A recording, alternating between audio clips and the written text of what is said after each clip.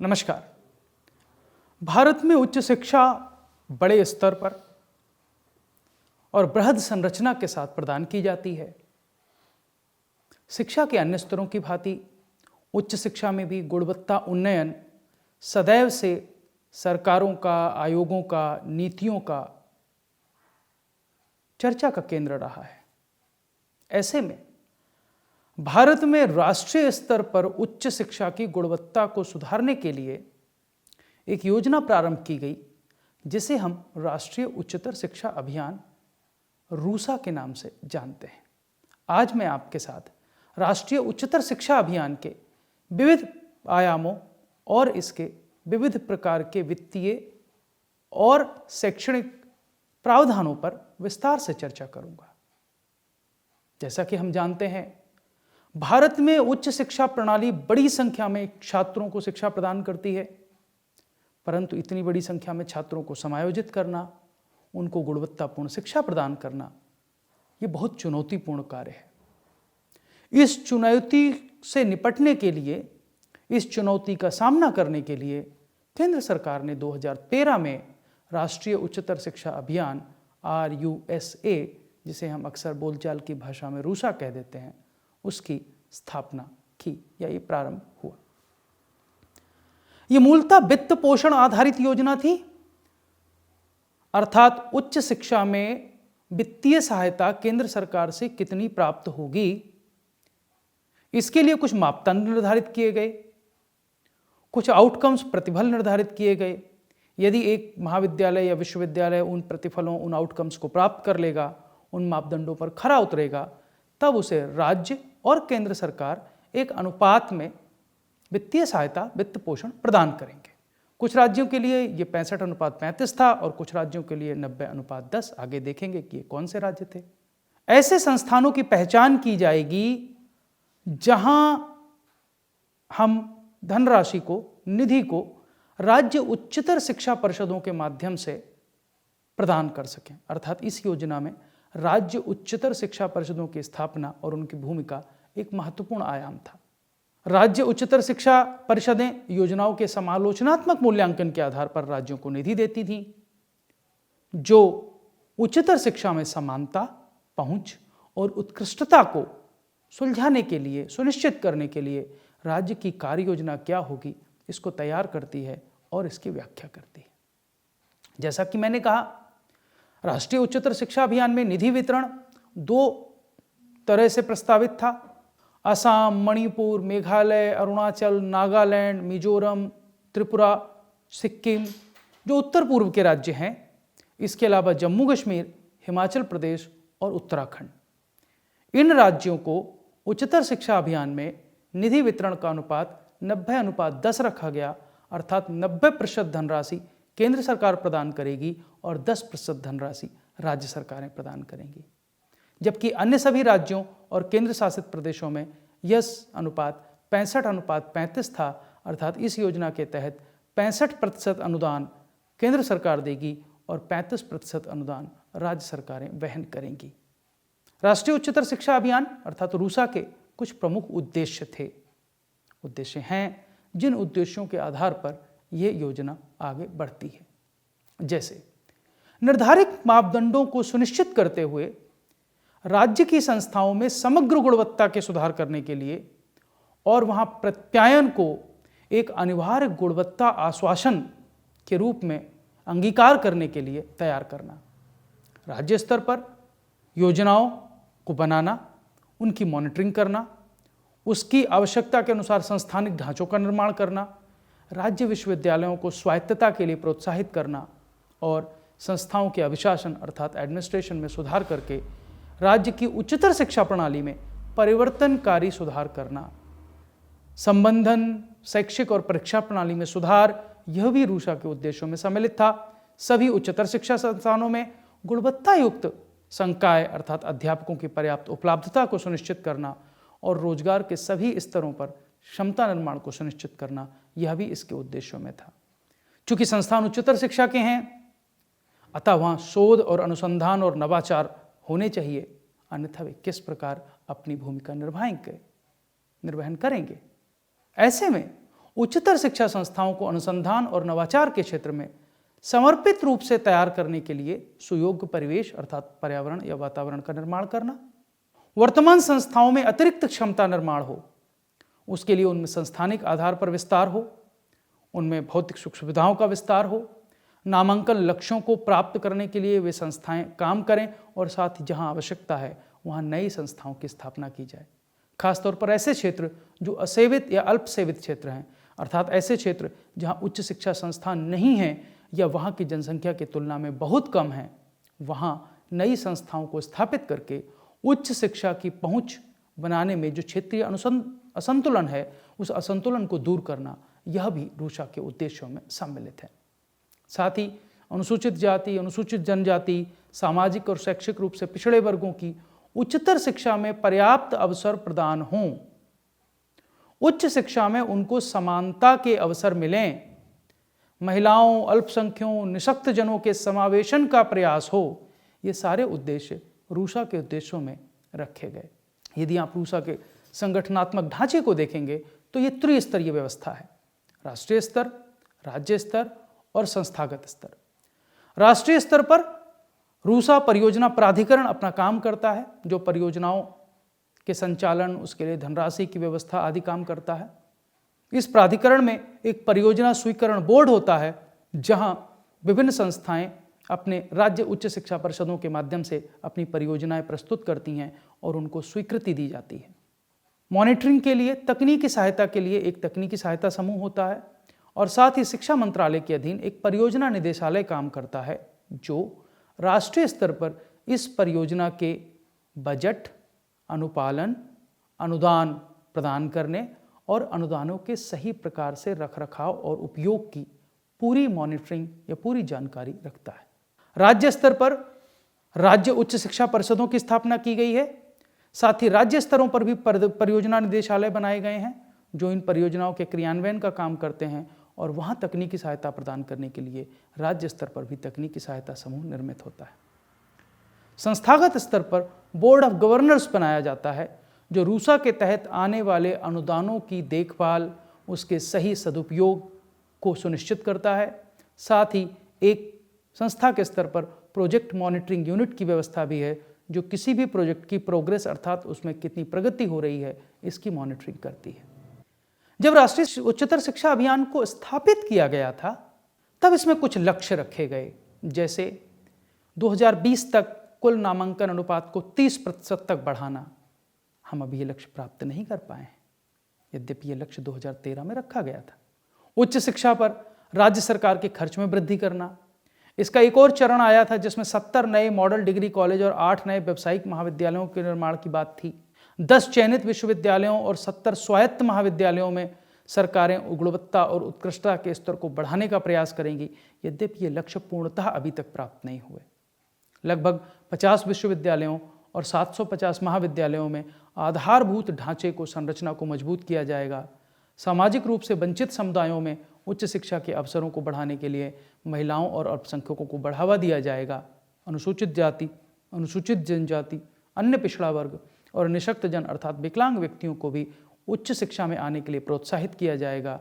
और राज्य सरकार इस दिशा में जितने भी प्रयास करेगी, उनको समर्थन करते हुए यह अभियान शिक्षा प्रणाली के बीच में जो अंतराल हैं, जो गैप हैं, उनकी पहचान करेगा और उनको पूरा करेगा।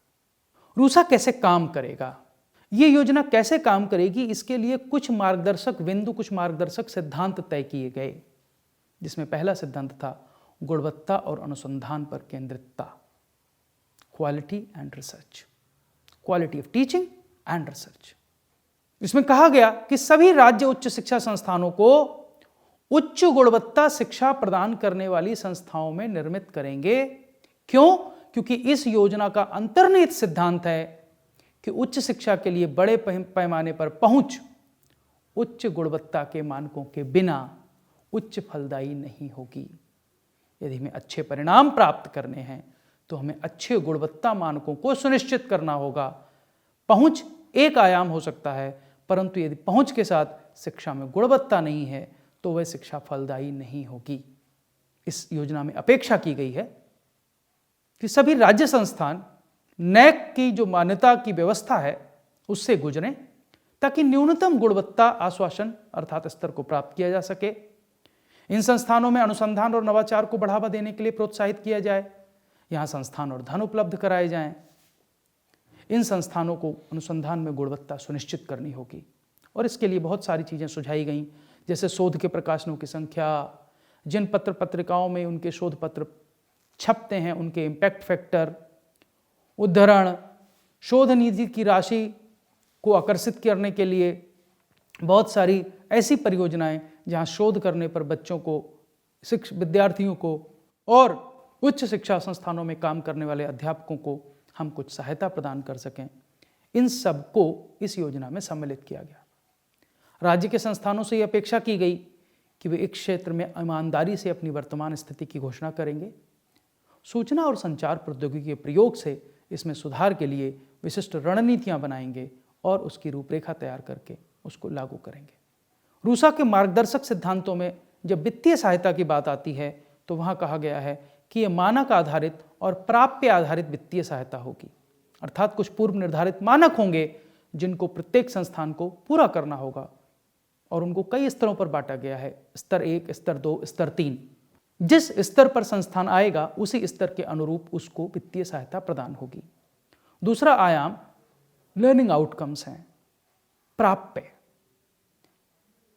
वह प्रतिफल जिस स्तर तक के प्राप्त कर लेगा वह संस्था उसके अनुसार वित्तीय सहायता के लिए योग्य होगी।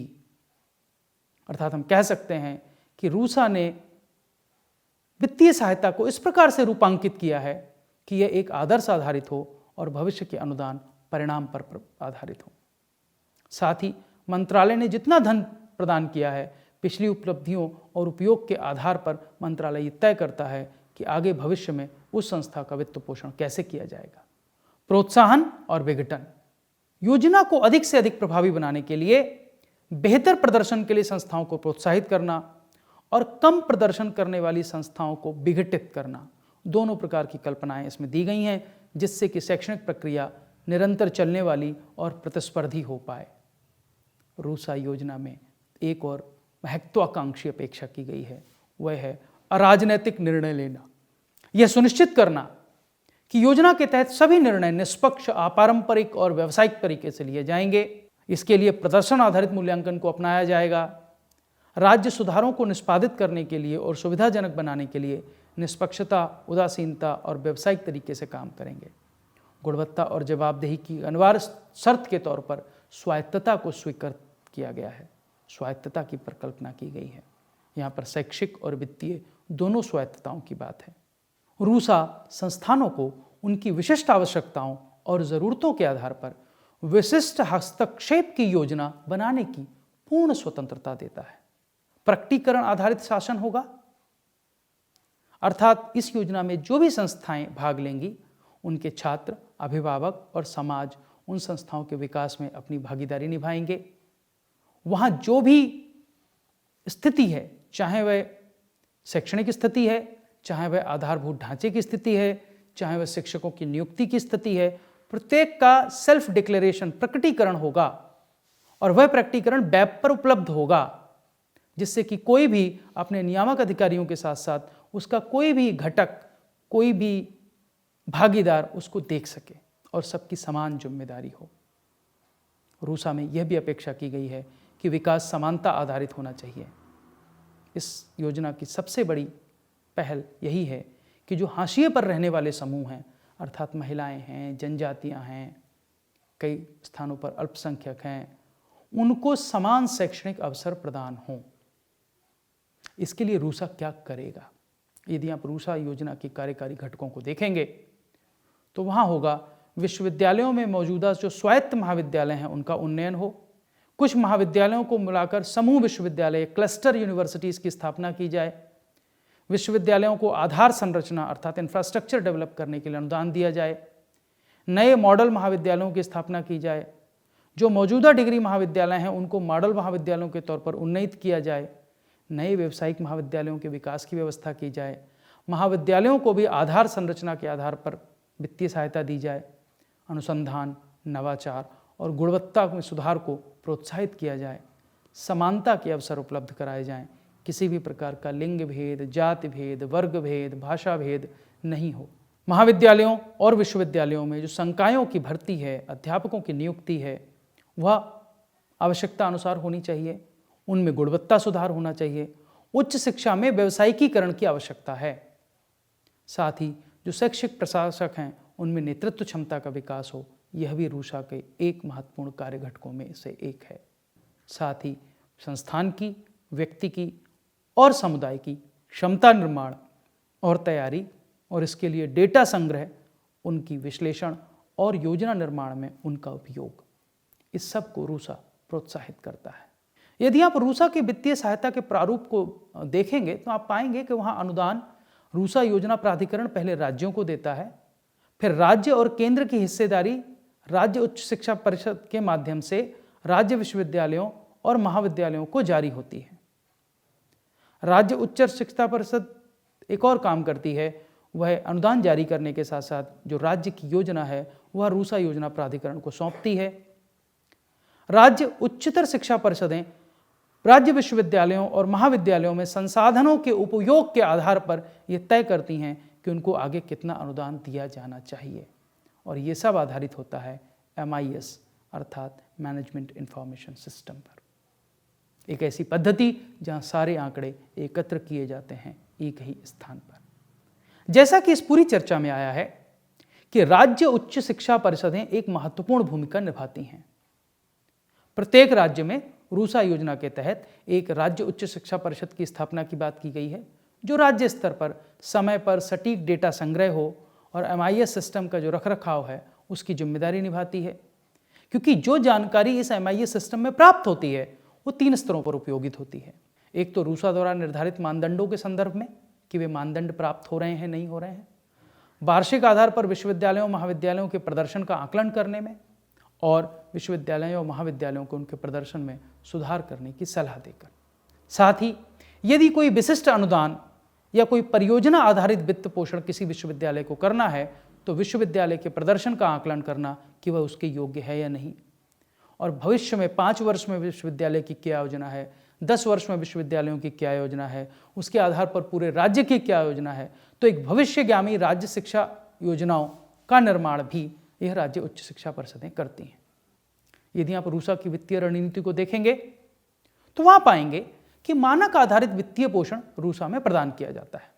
अर्थात वित्त प्राप्त करने के लिए संस्थानों की पात्रता निर्धारित की जाती है, जिसके लिए समग्र मानदंड आधारित एक फंडिंग स्कीम है। उसको 3 स्तरों पर लागू किया जाता है, प्राथमिक, माध्यमिक और तृतीयक स्तर। प्रत्येक स्तर पर जिस प्रकार की निधि के लिए संस्था पात्र होगी उसे परिभाषित किया गया है। फंडिंग प्राप्त करने के लिए संस्थानों की पात्रता जो मानदंड निर्धारित करेंगे उनके अनुपालन स्तर को मानते हुए संस्थानों को ग्रेड देने की व्यवस्था है। संस्थानों को इन मानदंडों पर वस्तुनिष्ठ अंकन अर्थात स्कोर दिया जाएगा, जो ये तय करेगा कि वे कितनी धनराशि प्राप्त करने के लिए पात्र हैं। सामान्य शिक्षा, सामान्य उच्च शिक्षा, शोध में गुणवत्ता के साथ साथ रूसा व्यावसायिक शिक्षा के सुधार की बात भी करता है। रूसा योजना में कहा गया है कि उच्च शिक्षा के व्यावसायिकीकरण के लिए विश्वविद्यालयों का वित्त पोषण और व्यावसायिक शिक्षा के लिए शासन, प्रबंधन और वित्त पोषण को मजबूत करना, यह भी रूसा का एक लक्ष्य है। प्रबंधन और शासन नीतियां, प्रक्रियाएं, निर्देशात्मक संरचनाओं का आधुनिकीकरण, परियोजनाओं की निगरानी और उनका मूल्यांकन और इसके एक प्रभावी तंत्र को निर्मित करना, उसका कार्यान्वयन करना, परियोजना का समन्वय करना, परियोजना का कार्यान्वयन और प्रबंधन करना, ये सारे लक्ष्य रूसा के लक्ष्यों में हैं। विश्वविद्यालयों को, महाविद्यालयों को इसके लिए प्रोत्साहित किया जाएगा कि व्यावसायिक शिक्षा के नए पाठ्यक्रमों को विकसित करें, शैक्षिक मानकों और उनके मूल पाठ्यक्रम का विकास करें, योग्यता आधारित मॉड्यूलर पाठ्यक्रम के विकास की बात कही गई है, और साथ साथ इनके निर्माण, वितरण और संचालन के लिए शिक्षक प्रशिक्षण कार्यक्रमों की भी आवश्यकता होगी और उनको रूसा प्रोत्साहित करेगा, ऐसा इसके लक्ष्यों में निर्धारित है। विकास और वितरण योग्यता आधारित प्रशिक्षण और निरंतर कौशल उन्नयन सहित कौशल वितरण को बढ़ाना, यह इसका लक्ष्य है। प्रशिक्षण और कैरियर चुनाव में परामर्श देना, नए कार्यक्रमों का निर्माण करना, उनके निर्माण और वितरण के लिए आधारभूत ढांचे की स्थापना और उसका समर्थन करना, और सबसे महत्वपूर्ण बात, व्यावसायिक शिक्षा को प्रोत्साहित करने के लिए रूसा कहता है कि हमें औद्योगिक अकादमिक भागीदारी, इंडस्ट्री एकेडमिया पार्टनरशिप को बढ़ाना होगा। इस प्रकार हम देखते हैं कि रूसा एक महत्वाकांक्षी योजना है। खास तौर पर राज्यों में जो महाविद्यालय और विश्वविद्यालय संचालित होते हैं, जिनको सीधा अनुदान केंद्र सरकार से नहीं मिल पाता है, उनमें गुणवत्ता उन्नयन के विभिन्न आयामों पर उनकी आवश्यकता के अनुसार मानकों को ध्यान में रखते हुए अनुदान प्राप्त हो, उन अनुदानों का सही अनुप्रयोग हो, जिससे दूर दराज जो विश्वविद्यालय और महाविद्यालय स्थापित हैं, ग्रामीण क्षेत्रों में, दूर क्षेत्रों में जहाँ सीधी पहुँच नहीं है, वहाँ भी गुणवत्तापूर्ण शिक्षा सुनिश्चित की जा सके। मुझे लगता है कि यह चर्चा आपको रूसा योजना के विविध आयामों को समझने में मदद करेगी और आप रूसा के विविध आयामों को ठीक ढंग से समझकर इसके अनुप्रयोग का, अनुपालन का क्रियाविधि अपने और अपने आसपास के संस्थानों में देख भी पाएंगे, जान भी पाएंगे और समझ भी पाएंगे। आप सभी का बहुत बहुत धन्यवाद।